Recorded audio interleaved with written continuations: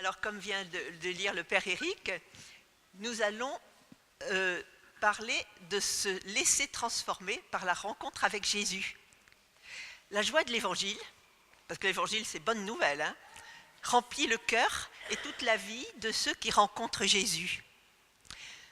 Si alors on se laisse sauver par lui, on est libéré du péché, de la tristesse, des instants de doute, de l'isolement, de tout ce qui peut nous bloquer.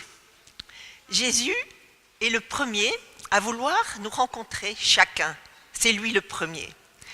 Et c'est pour cela qu'il est venu sur notre terre et qu'il peut ainsi se rendre accessible. Vous savez, c'est extraordinaire. Nous avons le seul Dieu au monde qui veut se rendre accessible. Les autres sont dans des espaces indéterminés. Notre Dieu veut se rendre accessible. Et alors, cette rencontre personnelle, est-ce que nous l'avons faite ? Lui nous attend, mais est-ce que nous désirons faire vraiment cette rencontre avec le Christ ? Et surtout, est-ce que nous croyons que c'est possible ?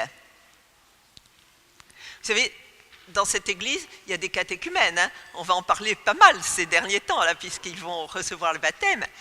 Eh bien, eux, donc, ces derniers temps, ils ont entendu l'appel de Jésus pour eux. Et ils y ont répondu. Alors, ne nous privons pas aussi de la joie de les rencontrer, de faire un peu leur connaissance. Ils nous diront un peu ce qui s'est passé pour eux, un peu seulement. Voilà, alors cette retraite paroissiale est magnifique. On a commencé à la lire, c'est extraordinaire.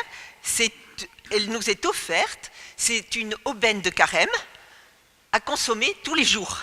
Tous les jours, hein. Je ne sais pas si vous avez eu les petits feuillets blancs, mais tous les jours, nous avons un temps à passer avec Jésus, avec Dieu, pour cette démarche de carême. Alors, ça commence toujours par un moment de prière, tous les jours. Et tous les jours, nous nous mettrons dans le silence et on nous proposera une rencontre, un passage de l'Évangile, une rencontre de Jésus avec les hommes de son temps. Alors, à l'intérieur de ce moment de silence, l'Esprit Saint nous aidera. On fera une lecture calme, lente de ce passage. On écoutera. C'est une communication qui va se faire. Et le curé d'Ars, Saint Jean-Marie Vianney, voyait que dans son église, il y avait toujours un monsieur du village qui venait passer des grandes heures dans l'église. Et un jour, quand même, il s'est dit, mais qu'est-ce que vous faites dans cette église ? Qu'est-ce qui se passe ? Et ce monsieur tout simple a dit, eh bien, je l'avise et il m'avise. Cette communication si intime, nous pouvons la faire ici à l'adoration, qui est souvent, tous les jours, qui est là. Alors, un petit témoignage. Pour nous, pour moi en particulier, le Seigneur a un peu anticipé cette rencontre.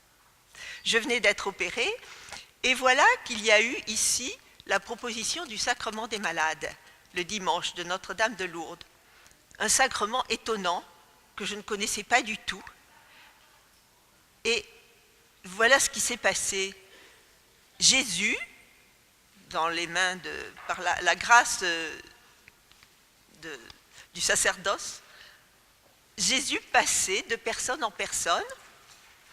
Il y avait à peu près 30 à 40 personnes dans un grand silence. Il était là pour chacun de nous, se rendant présent, et comme il l'était dans ses rencontres il y a 2000 ans avec les gens de son voisinage. Chacun était unique, et en même temps, nous n'étions pas seuls. Et nous étions plongés dans le peuple des paroissiens, au milieu de vous tous. On n'était pas abandonnés par l'Église, on était au sein de l'Église et de la paroisse. et nous nous entreportions les uns les autres dans cette démarche. Ça, c'est une phrase de saint François de Sales. Il aimait beaucoup employer des mots comme ça. Nous nous entreportions. À la fin de la messe, il y a eu une joie merveilleuse de tous ceux qui avaient reçu ce sacrement. Nous nous embrasserions, nous rions, nous nous félicitions et on se prenait un peu dans les bras les uns des autres. Et c'est alors que je suis rentrée dans une immense gratitude qui creusait un espace profond en moi-même pour recevoir plus tard, d'une manière ou d'une autre, quelque chose que je ne connaissais pas, mais que Dieu voulait poser en moi. Car seul Dieu donne. Et quand nous recevons, à ce moment-là, nous sommes, par l'Esprit Saint, capables de propager ces cadeaux extraordinaires que le Seigneur nous fait découvrir. Voilà, ça c'était la première partie. Et ensuite,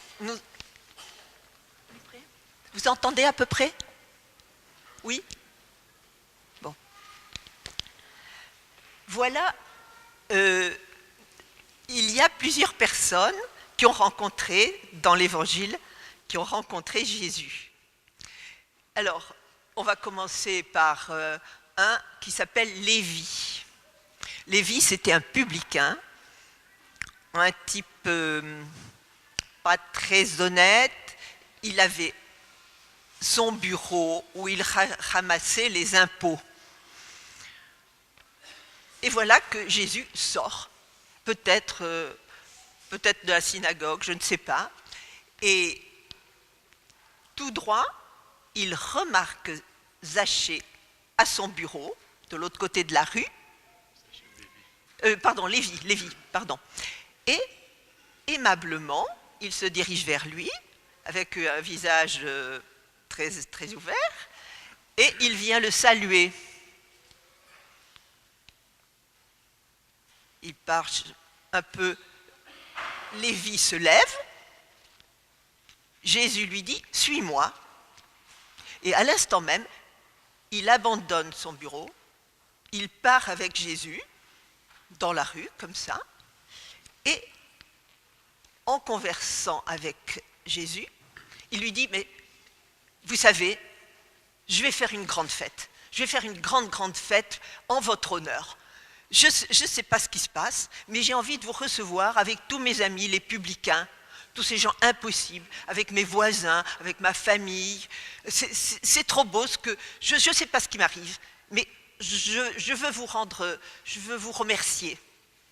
Il rentre dans une espèce de gratitude de cette rencontre, lui qui était évité.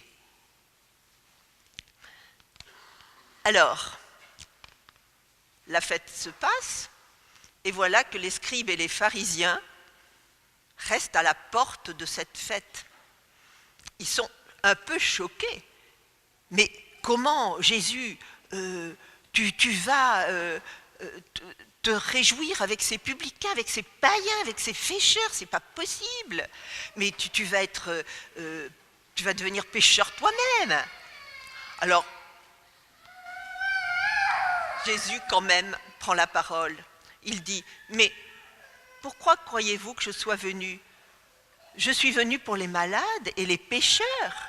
Je suis venu appeler ceux qui vont se convertir. C'est pour ça que je suis venu.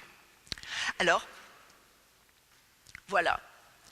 Lévi a abandonné sa vie coincée. Il est dans une grande joie, dans la gratitude pour ce Jésus, ce libérateur, et il se sent libre lui-même vis-à-vis de toutes les différences qu'il a vues par ses voisins. Et à ce propos-là, je ne sais pas, vous avez dû certainement entendre parler de l'ouverture de la béatification de Madeleine Delbrel, cette assistante sociale qui a donc vécu toute sa vie à à Pantin, dans une commune complètement communiste. Et cette femme était une femme de prière. Elle s'était réunie avec quelques amis dans une petite maison, priait régulièrement, beaucoup, tous les jours. Et ensuite, en tant qu'assistante sociale, elle vivait le service, l'amitié, la bienveillance avec tous les gens de Pantin. Voilà. Elle s'entendait bien avec le maire communiste. Et voilà que le pape François a ouvert cette béatification de cette femme qui n'a discriminé personne. La prière lui a permis de vivre en bonne intelligence avec tout ce peuple communiste. Alors merci Seigneur pour cet abandon qui a ouvert à Lévi une nouvelle vie, comme celle de... Voilà. Le temps, ça va? Bon. Alors, deuxième personne que Jésus a rencontrée. C'est trop charmant, ça. C'est Zachée. Vous en avez certainement, vous connaissez un peu cet évangile, bien sûr. Et c'est la rencontre désirée par cet homme et une vie transformée. Alors Zachée, aussi, c'était un chef assez puissant. Il était riche et il n'était pas très aimé. Mais lui avait quand même, au fond du cœur, quelque chose d'étonnant. Il avait un fort désir de voir Jésus. Mais peut-être aussi le désir de savoir qui était Jésus. C'était peut-être plus profond. Je ne sais pas s'il en avait pris conscience. Et alors, il met une stratégie en place. Il savait que Jésus allait traverser la ville, suivi toujours par une foule énorme. Mais c'était son problème. Il n'était pas très grand et il risquait d'être hué par les gens, par la foule qui était avec Jésus. Alors ça, il ne voulait pas se faire huer. Mais il voulait voir Jésus. Et dans la foule, comme il n'était pas très grand, il se disait, je vais rien voir. Alors il a pris les devants avant que Jésus n'arrive. Il a couru en avance. Il a vu un sycomore bien feuillu. Il a grimpé dedans. Et puis, il a attendu. Voilà que Jésus arrive. Et à peine sous le sycomore, voilà que Jésus lève les yeux. Lui, il avait les yeux vers le bas. Et leurs deux regards se croisent. À ce moment-là, Jésus, saisi par la même hâte, même peut-être encore plus, lui dit « Zachée, Zachée, descends vite. Aujourd'hui, il faut que j'aille demeurer dans ta maison. » Alors tout s'accélère, bras dessus, bras dessous, ils partent ensemble. Alors, dans la foule, il y a des récriminations. Comment ce Jésus, il va chez ce voleur, il est allé chez un pécheur, mais qu'est-ce qu'il fait? Il ne se rend pas compte. Bon. Alors, voilà ce qui se passe. Jésus et Zachée passent la porte. Jésus, comme d'habitude, dit « paix à cette maison ». Et puis, tout simplement, il va s'asseoir sur un tabouret. Alors Zachée, il arrive, tout droit.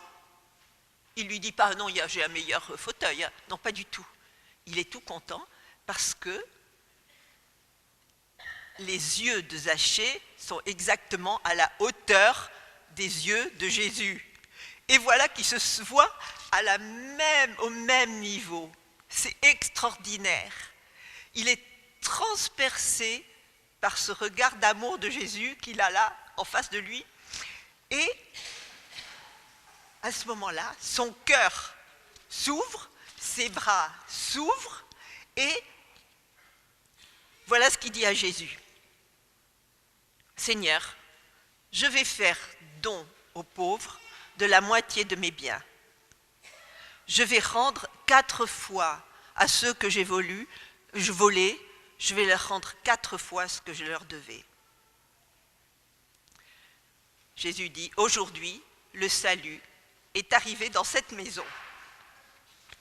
Alors, que peut-on dire après cette rencontre étonnante et si joyeuse? Rendons grâce pour notre paroisse, appelée par toi à se transformer par nos rencontres, dans nos rencontres. Rendons grâce pour nos visites que nous pouvons faire dans les maisons de nos voisins, où tu veux, Jésus, te rendre. Et nous ne sommes que des petits vecteurs de peu de valeur, mais si nous avons rencontré Jésus, on peut le transporter un petit peu par-ci, par-là. Voilà. Et puis, vous savez, comment ne pas penser à nos paroissiens, les Nazarians, ces Arméniens, qui sont venus se réfugier dans une maison de notre paroisse et qui sont toujours en attente de leurs papiers. Confions-les à Jésus, toutes ces démarches, qu'ils puissent enfin habiter en paix dans leur maison, régularisés. Et vous savez, on va demander à l'Esprit Saint, on va faire à la manière des Arméniens. Vous savez, ils disent tout le temps « shoot, shoot ». Ça veut dire « vite, vite ». Vite, vite, Esprit Saint, venez aider ces voisins, ces paroissiens, cette famille, pour qu'ils puissent sortir de cette difficulté d'habiter dans leur maison, ici, sur le territoire de Talence.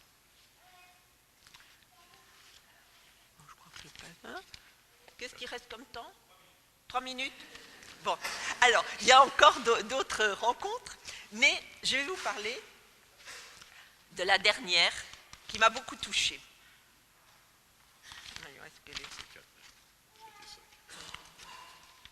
Ah oui, c'est ça. Alors, voilà. Alors, la rencontre avec un jeune homme très riche.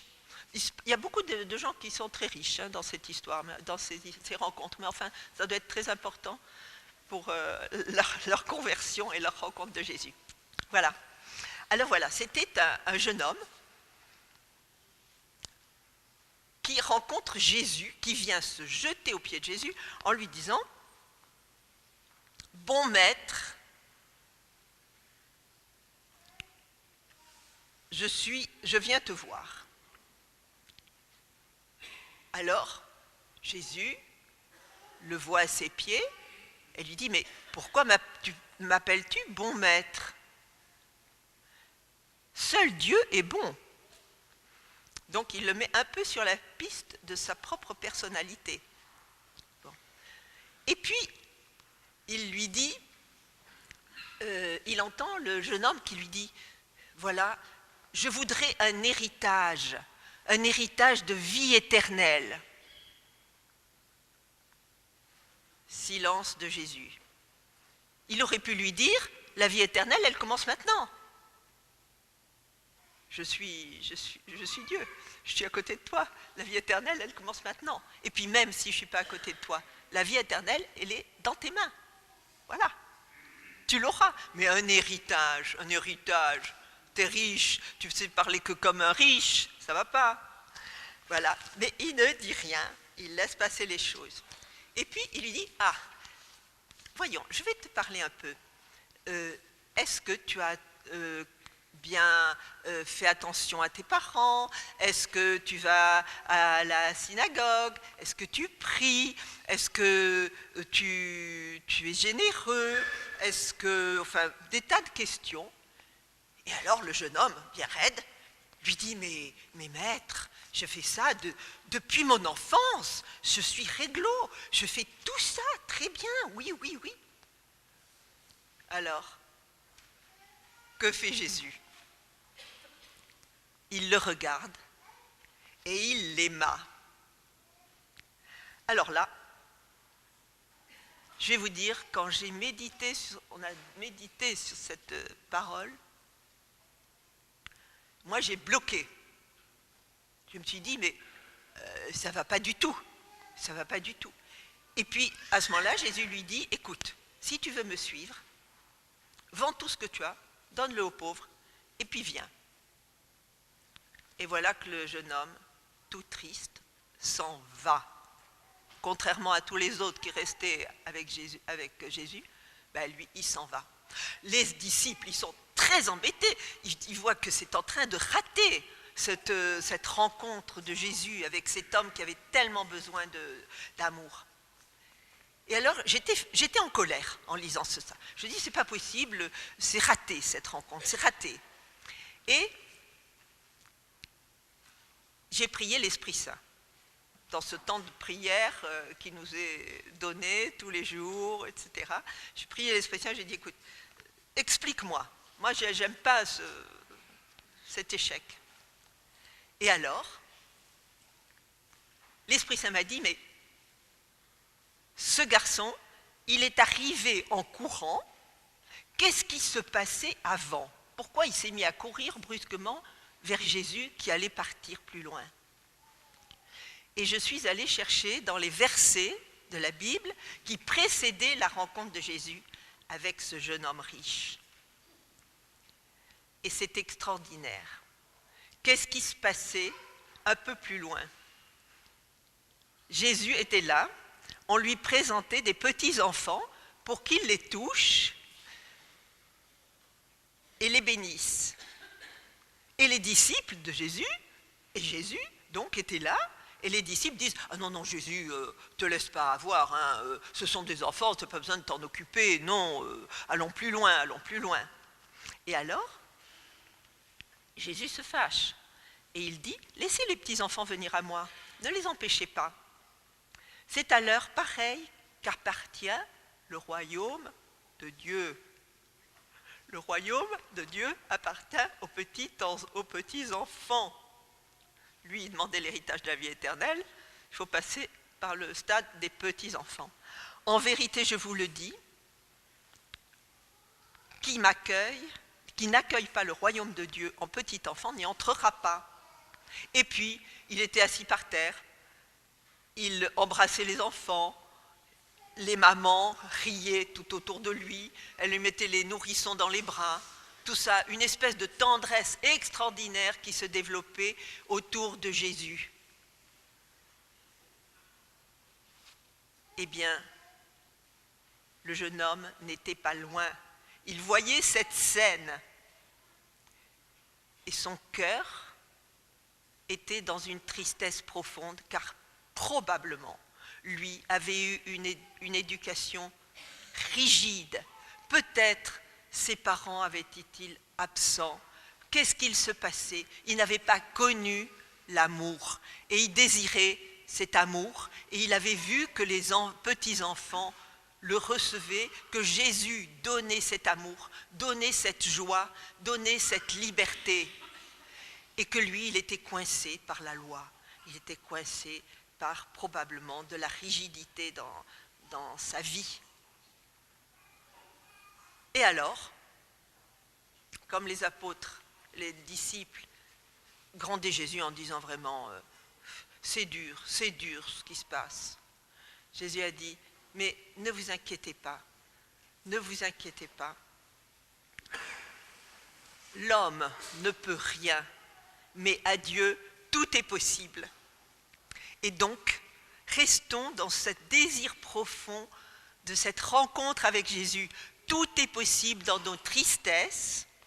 Et si vous voulez, on va dire la première prière que Jésus a dit en public au début de sa mission des 3 années qu'il a passées pour rencontrer les hommes.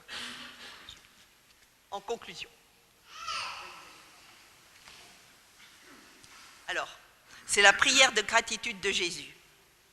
Père, Seigneur du ciel et de la terre, je proclame ta louange. Ce que tu as caché aux sages et aux savants, tu l'as révélé aux tout petits. Oui, Père, cela est ton bon plaisir. Amen. Père, Seigneur du ciel et de la terre, Père, je proclame ta louange. Père, Seigneur du ciel et de la terre, Père, je proclame ta louange. Ce que tu as caché aux sages et aux savants, Père, tu l'as révélé aux tout petits, selon ton plaisir. Père, Seigneur du ciel et de la terre,